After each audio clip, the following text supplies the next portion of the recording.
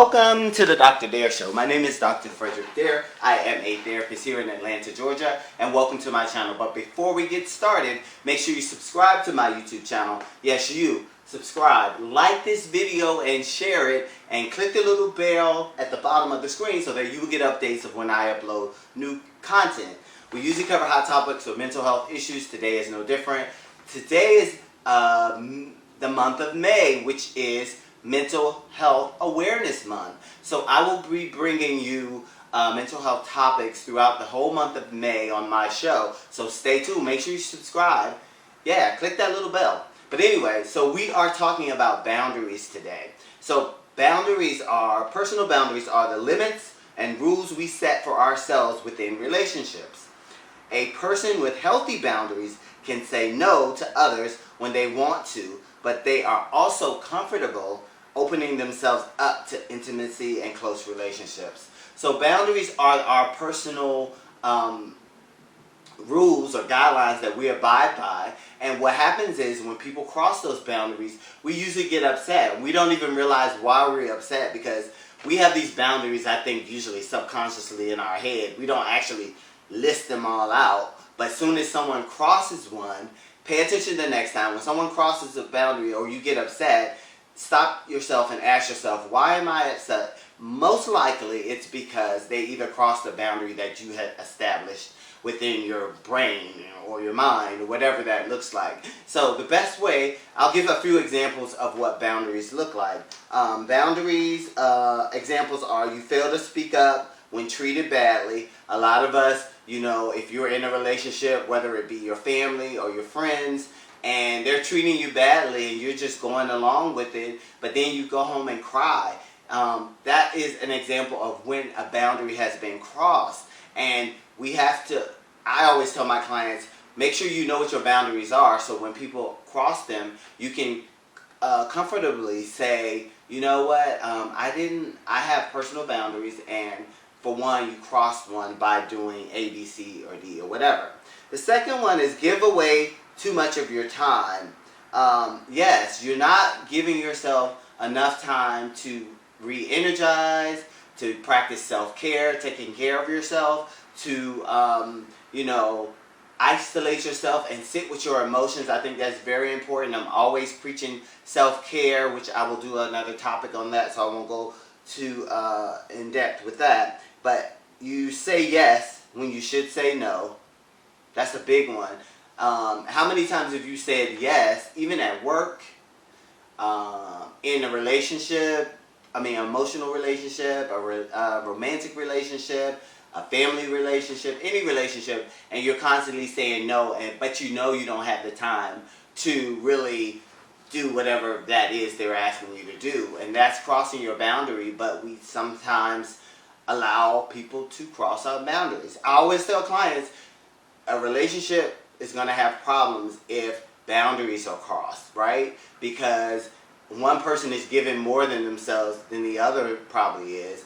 Somebody is crossing boundaries more than the other person. And so hopefully this video will make you aware of your boundaries and when they are crossed and when you're getting upset. Another one is you agree with people when you actually disagree, right? You know what you're hearing, you don't agree with it, but you're just going, yeah.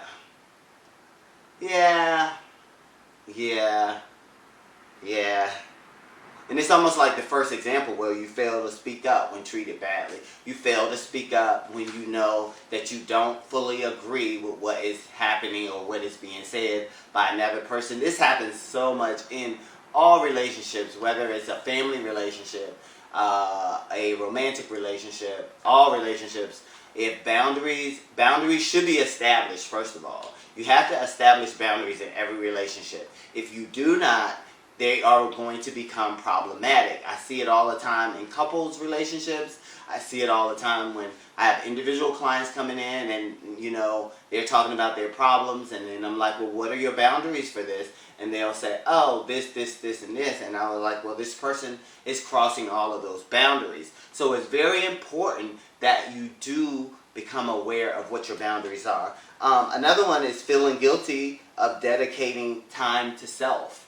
right? You feel like you don't deserve that time, but you actually do, because sometimes if we don't get that time, we get the bad attitudes, we get the frustration, the anger, and all of that stuff because our boundaries are crossed. So the first thing, if you're listening to this video, if you've never heard of boundaries, or you've heard this word being thrown around so much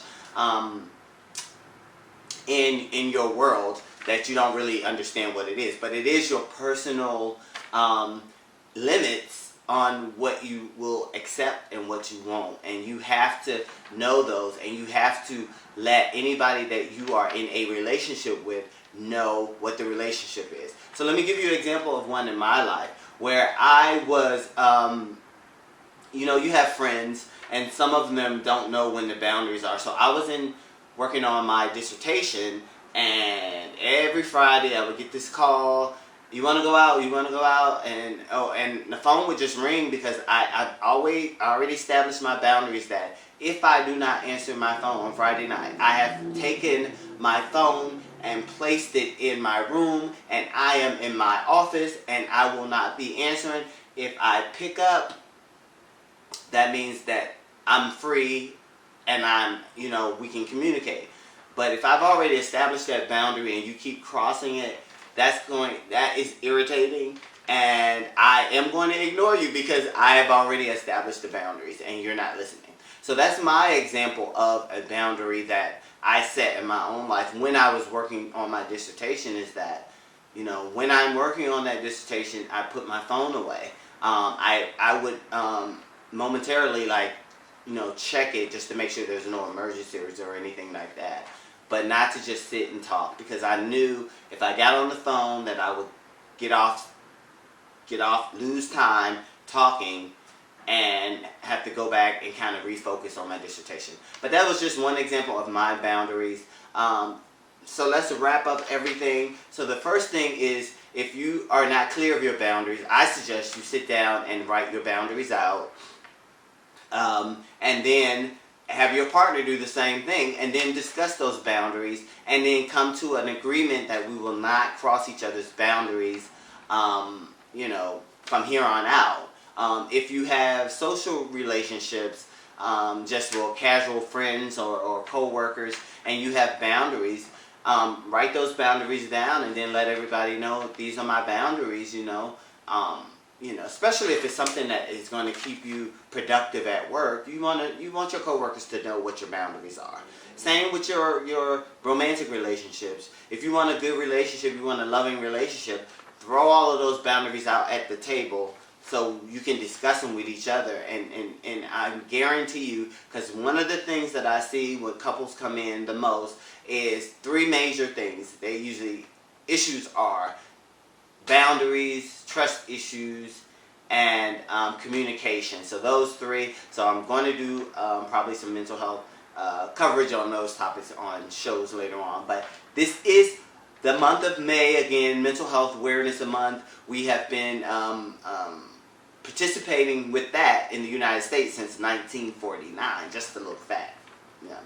But thank you for listening. Remember those boundaries, If you say you're going to go to bed at 9 and someone's calling you at 10, handle it. Let them know what the boundary is. You just have to be nice about it, though. Excuse me, John Doe. I noticed that you called me at 10:30 last night. I'm usually in bed by 9.